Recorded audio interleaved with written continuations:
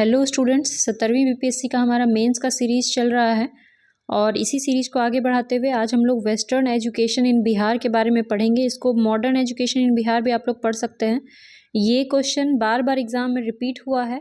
69th में भी पूछा गया है, 68, 67, मतलब आप देखिए कि हर साल लगभग पूछा गया है। फिर 65th में पूछा गया था, 66th में नहीं आया था, फिर 67, 68, 69 लगातार पूछा गया। तो 17वीं में भी इस क्वेश्चन के आने का एकदम आप समझिए कि 90% चांस तो है ही कि ये क्वेश्चन एग्जाम में आ सकता है।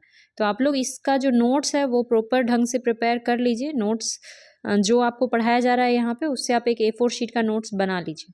वीडियो स्टार्ट करने से पहले मैं अपने बारे में बता देती हूँ। मैंने अभी तक 3 बार बीपीएससी एग्जाम को क्लियर किया है और अभी मैं ब्लॉक डेवलपमेंट ऑफिसर के पद पर पदस्थापित हूँ। तो चलिए हम लोग स्टार्ट करते हैं मॉडर्न एजुकेशन इन बिहार।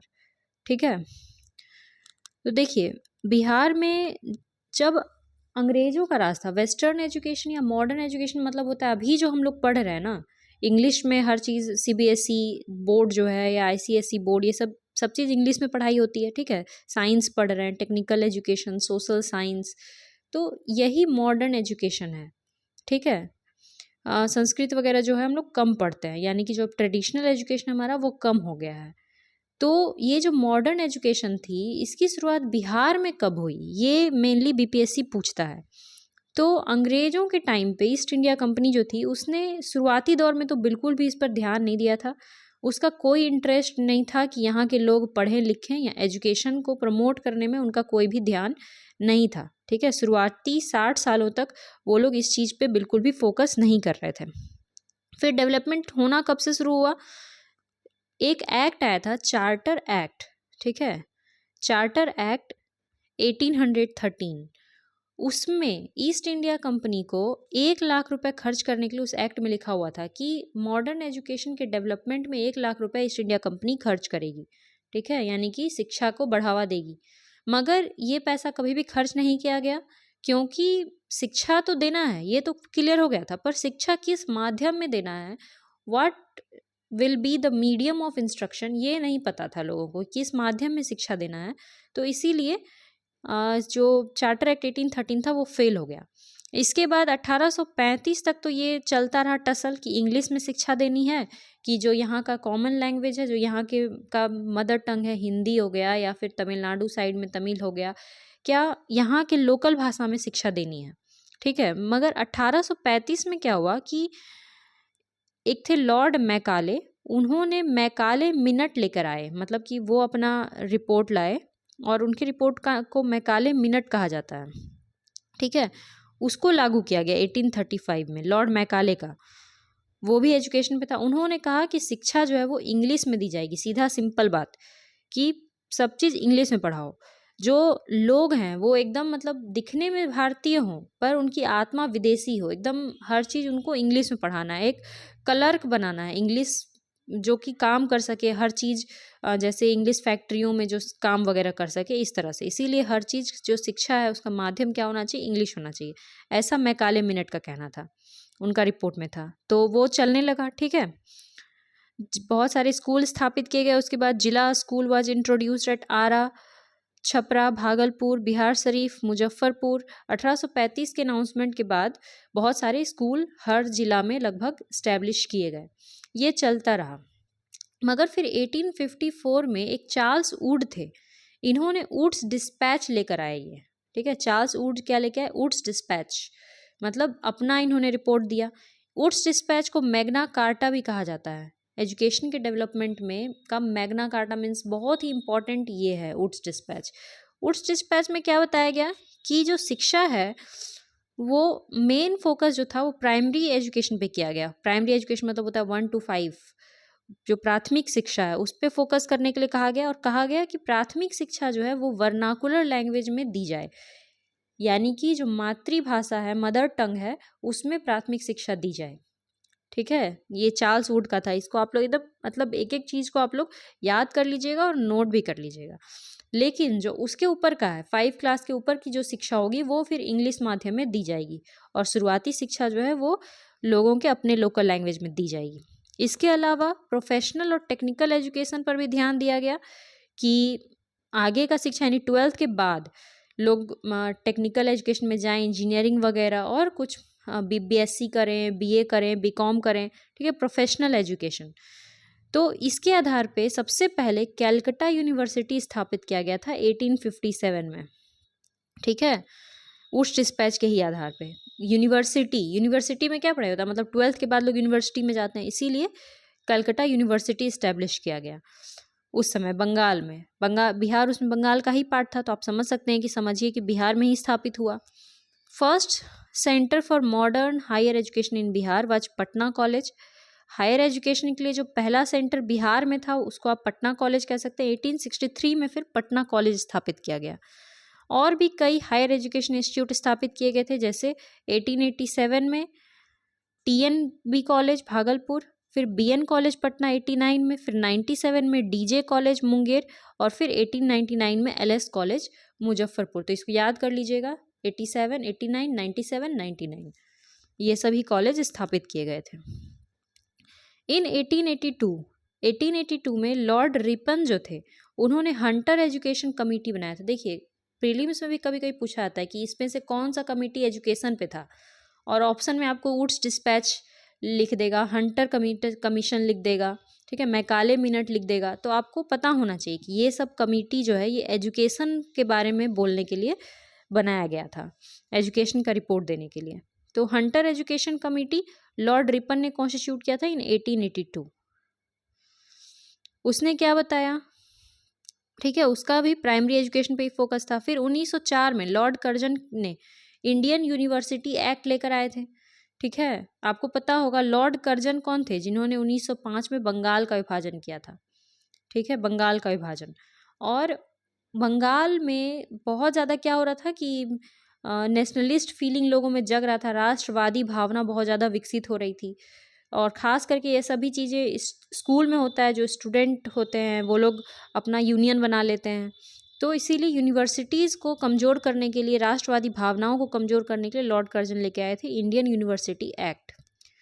पहला लॉ कॉलेज बिहार में पटना लॉ कॉलेज स्थापित किया गया था 1909 में, ठीक है, पहला लॉ कॉलेज बिहार का। और बिहार का अपना पहला यूनिवर्सिटी था पटना यूनिवर्सिटी, जो 1917 में आया था। देखिए पटना कॉलेज पहले आ चुका है, वो क्योंकि सबसे पहले तो पटना तो कलकत्ता के अंदर आ रहा था ना, मतलब बंगाल के अंदर आता था, तो कलकत्ता यूनिवर्सिटी के अंदर ही पटना कॉलेज बना दिया गया।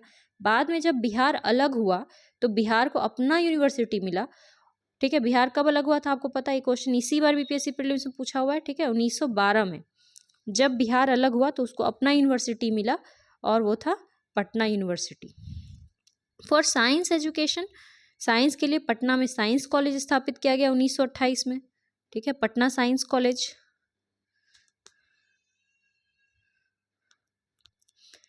ये सब जो है ये सब अंग्रेजों के द्वारा किया जा रहा था, ठीक है, यानी कि जो एडमिनिस्ट्रेशन था, प्रशासन था, वो ये सब कॉलेज स्थापित कर रहा था।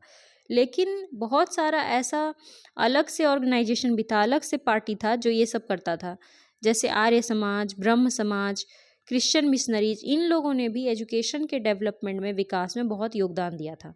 जैसे 1872 में बिहार साइंटिफिक सोसाइटी डेवलप किया गया इमदाद अली के द्वारा। वहाँ पे उर्दू का ये होता था, जो यूरोप का साइंस फिलॉसफी है उसको उर्दू में ट्रांसलेट करके फिर पढ़ाया जाता था, ठीक है, बिहार साइंटिफिक सोसाइटी इमदाद अली के द्वारा।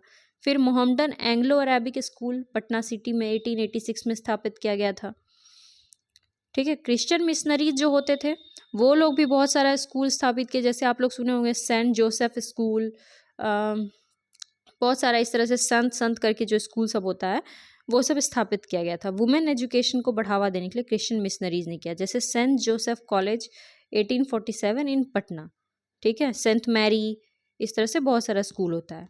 दो अदर स्कूल्स भी गर्ल्स एजुकेशन के लिए स्थापित किए गए थे 1867 में, ये सब क्रिश्चियन मिशनरीज के द्वारा।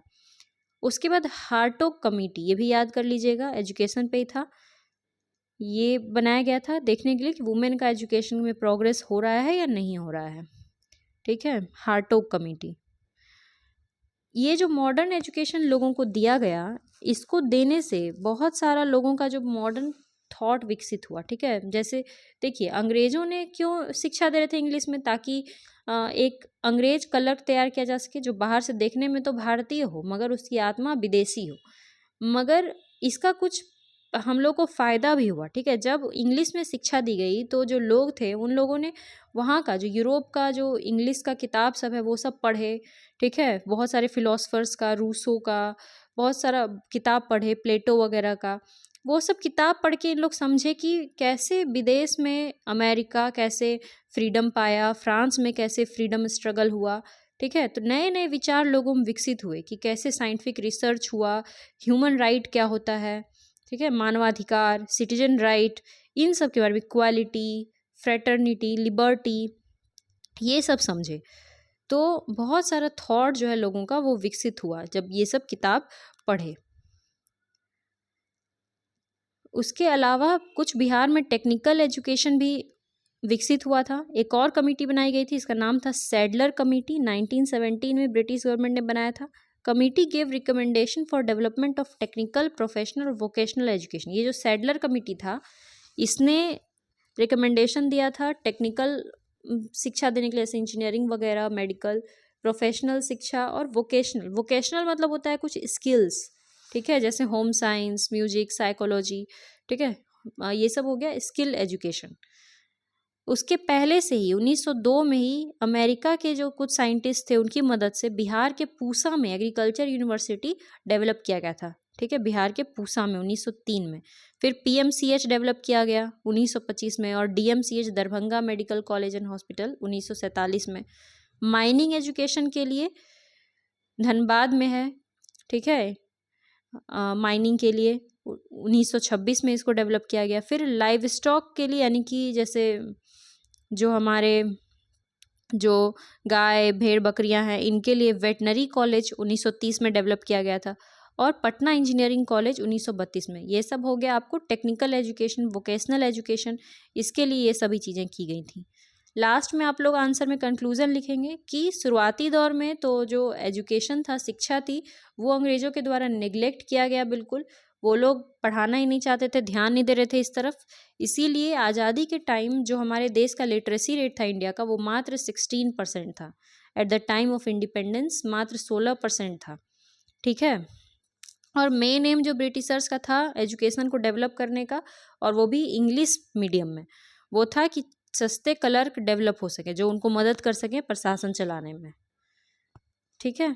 लेकिन इसका बहुत सारा फ़ायदा भी हम लोगों को हुआ, जो माइंड है वो ओपन हुआ, ब्रॉड हुआ, बहुत सारी चीज़ें समझ में आई, विदेश में कैसे लोगों ने मतलब फ्रीडम पाया वो सीखे, और उसके बाद अपने देश में उसका उपयोग करके लोगों ने जो है आज़ादी में इसने बहुत ज़्यादा हेल्प भी किया, ठीक है। तो इस तरह से ये टॉपिक हमारा कंप्लीट हो गया। इस टॉपिक को आप लोग एक नोट्स ज़रूर बना लीजिए क्योंकि ये बहुत ही इंपॉर्टेंट टॉपिक है। अगर आप कभी भी बीपीएससी का मेंस का एग्ज़ाम देने वाले हैं, 70वां देने वाले हैं तो उसके लिए, और 71वां भी देंगे तब भी नोट्स बना के अभी से रख लेना बेहतर होगा, ताकि बार बार उसको आप लोग रिवाइज कर सकें। Thank you so much.